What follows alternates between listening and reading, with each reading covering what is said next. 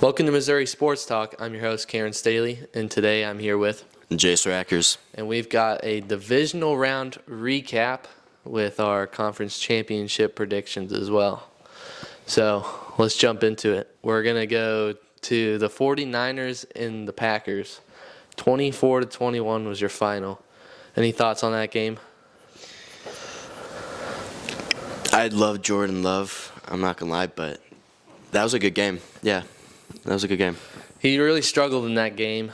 He had 2 interceptions and 197 total yards. Total yards, yeah. That's not good for a QB. And, of course, that game-losing interception to Dre Greenlaw is what everyone will be talking about. Greenlaw actually had both interceptions. Mm-hmm. And one thing that will come back to bite them, Anders Carlson, their kicker, missed a field goal, and ultimately that ended up being a loss. They lost by 3 points. Yeah. So the CMC, 98 yards, 7 receptions, 98 on the ground, 7 receptions, I believe 40 through the air, and 2 touchdowns. So he balled out. CMC has balled out every week. No matter how good the 49ers have done as a team, CMC has always done good. Yep. Kittle, 81 yards and a touchdown. So altogether, it was a pretty solid performance by the 49ers. Their offense struggled a little bit, but the defense looked okay.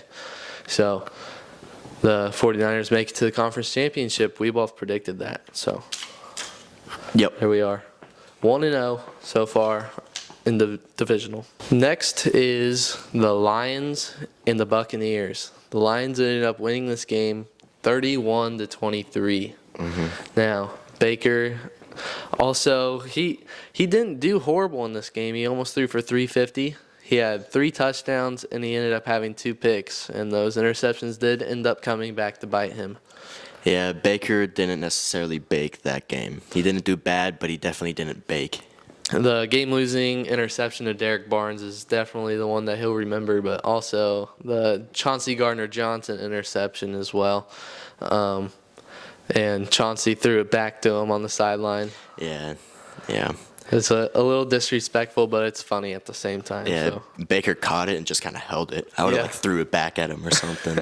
Yeah, so Chauncey's always kind of been that way. He's always kind of... With the blue ski mask earlier in the season against the Seahawks. Yeah. And then they lost.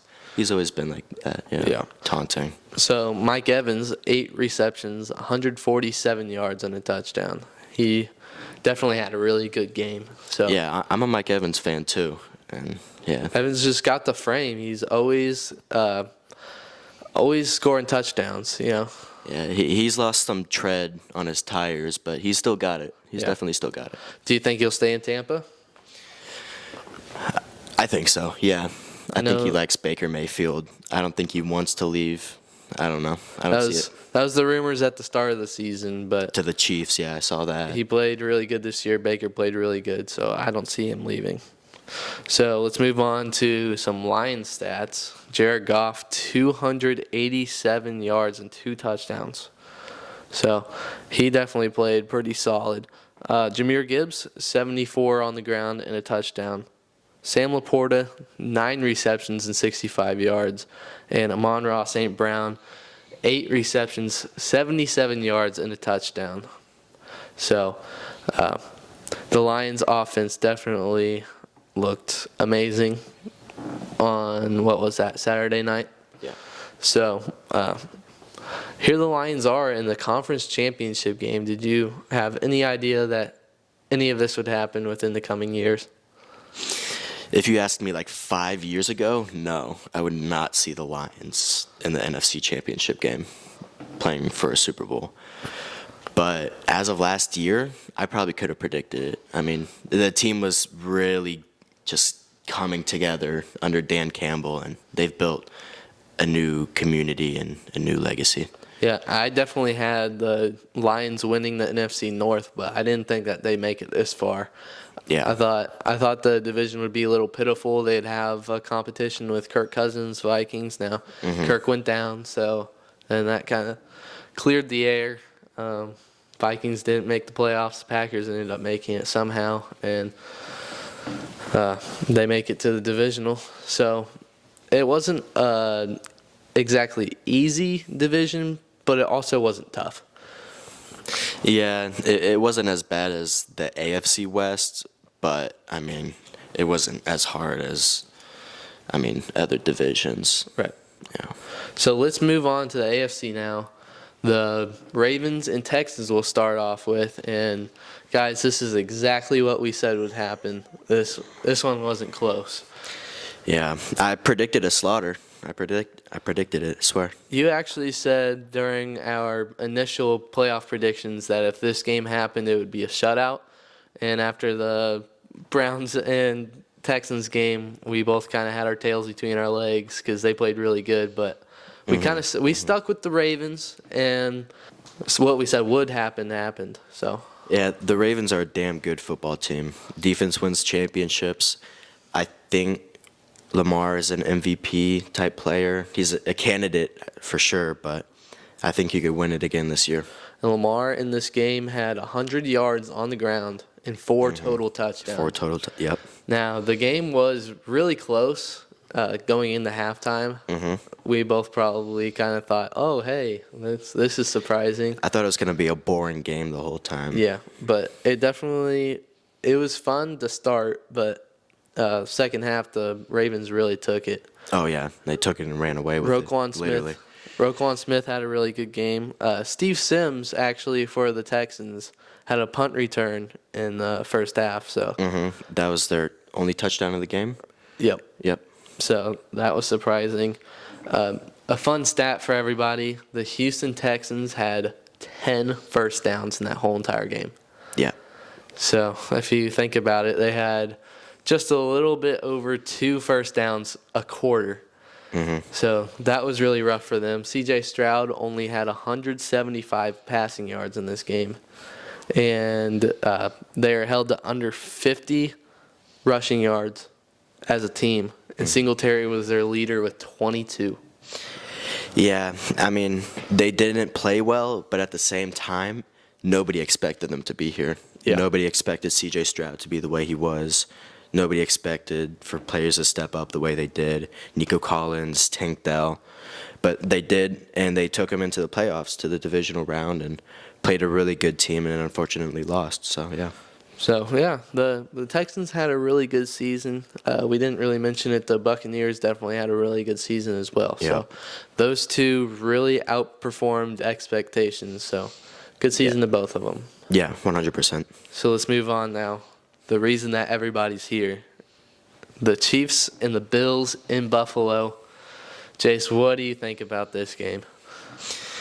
A lot of people are dogging on the kicker and Josh Allen. I think it was just a good game. I think the Chiefs won, obviously, but it wasn't like they destroyed them. And a lot of people are saying, even if we went into overtime, you guys are getting your hearts broken. And I don't see that happening. I mean, maybe you guys win, but it's not a guaranteed. Yeah. Patrick Mahomes isn't that special. Yeah. So Josh Allen was held under 200 total yards in this game. Yeah. He had 186 passing. I believe it was just over 70 rushing, and he had 2 rushing touchdowns. But Diggs was rather quiet in this game. Oh, yeah. Snead has been playing really good so far in the playoffs. Especially against Tyreek Hill, right? Yep. Who just shoved him to the ground. Yep. That was wild, yeah. Yeah. So, what else? Khalil Shakir had a touchdown. Of course, we kind of mentioned the game-losing field goal. I mean. Yeah. So that was crazy. Missed field goals has been the story of this round, to be honest. Yep. What, every team has missed a field goal this round? Every single team that lost Yep. missed a field goal in this round. Yeah, that's wild. So that's a funny statistic. So Patrick Mahomes, 17 for 23, 215 yards, and 2 touchdowns. The KC offense was there in Buffalo. So Pacheco, almost 100 yards. He got to 97, and he had a touchdown.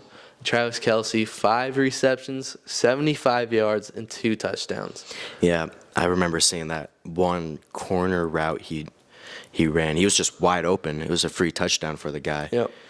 And then it was at the touchdown where everybody discovered Jason Kelsey out in the corner. Shirtless. So that was funny. Did you see the text he got from his mom? I did not. It was his daughter tells his mom, Grandma, I see Daddy's boobs out. So, yeah, the Chiefs played really good in that game. Yeah. They surprised both of us. Against the tough Bills defense at their place. Yeah.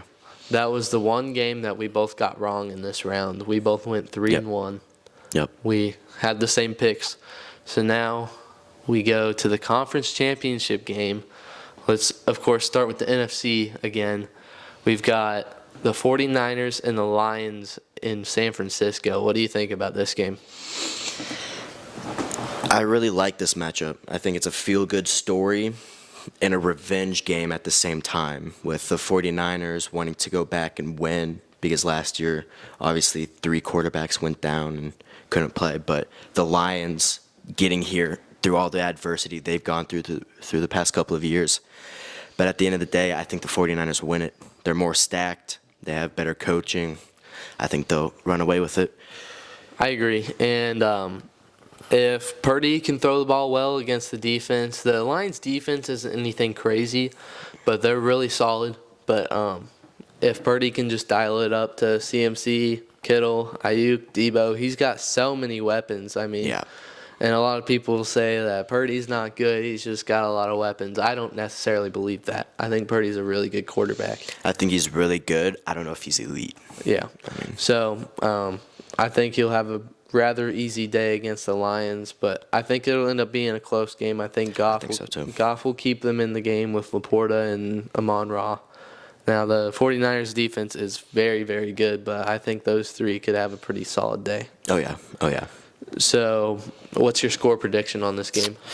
I have 49ers by 8. 8? I'll take the 49ers by 5 points. 5. Okay. All right, now the AFC Championship game. We've got Baltimore and Kansas City, and this is in Baltimore. Yeah.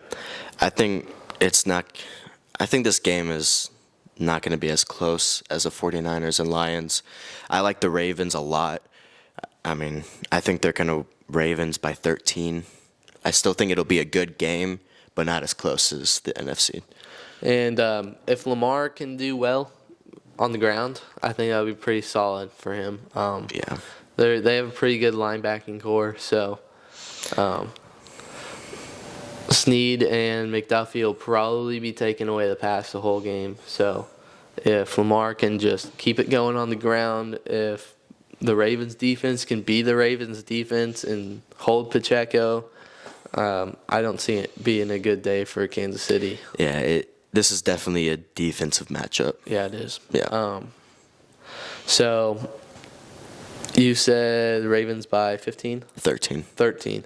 I'll go the Ravens by 10. I'll go modest, but yeah. I do think that the Chiefs could win this game. Oh, I think so as well. If things fall right, things go well, I think they could win. But yeah, I just think the Ravens are better. Lamar didn't have an amazing passing game against Houston. So if the Chiefs can break down the film properly and keep them on that route with the passing and then even cut down the rushing, I don't think Baltimore could have too many answers on offense. So I think both teams will they'll have a really hard-fought first half. I think the game will be won in the second half. I don't think we'll really have a clear winner going into halftime. Oh, yeah, I feel the same way. They're going to have to figure each other out at half. Yeah, make adjustments. I honestly think we could see the game being tied at halftime. I could definitely see that, yep. At like a 10-10 or 14-14. Yep. Something like that. Yep. So that game will be very interesting. We'll see how that goes. Yeah, I like this matchup. So that's all we've got for you guys today. A quick reminder, if anybody wants to do an interview, Instagram DMs are open. And also the email I will put above us right now. MissouriSportsTalk.biz2024@gmail.com. You can message me there, but I'll more than likely be checking Instagram DMs a lot more. And again, another thing that I also mentioned, advertisements. We can do quick advertisements for people. So that's open. Shout outs, yeah. Yeah, shout outs. I've got 2 interviews on the way. So tune in for those. I'm not going to tell you who they are. Be excited. We've got lots of interviews coming. I've been putting in some work. I've been reaching out to people. I've got a pretty good amount of answers. I don't have a whole lot of set dates, but I've had people that have said that they do it. Yeah, that's good. So, That's good. I've been trying my hardest not to message Blair Oaks people only, because I know that's the easiest, and that's going to be the people that are most likely to come on the show.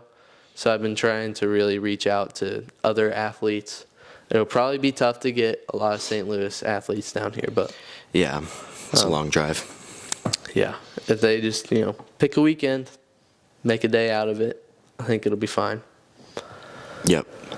So that's all we've got for you today. This has been Cameron Staley with Jace Rackers. and we'll see you next time.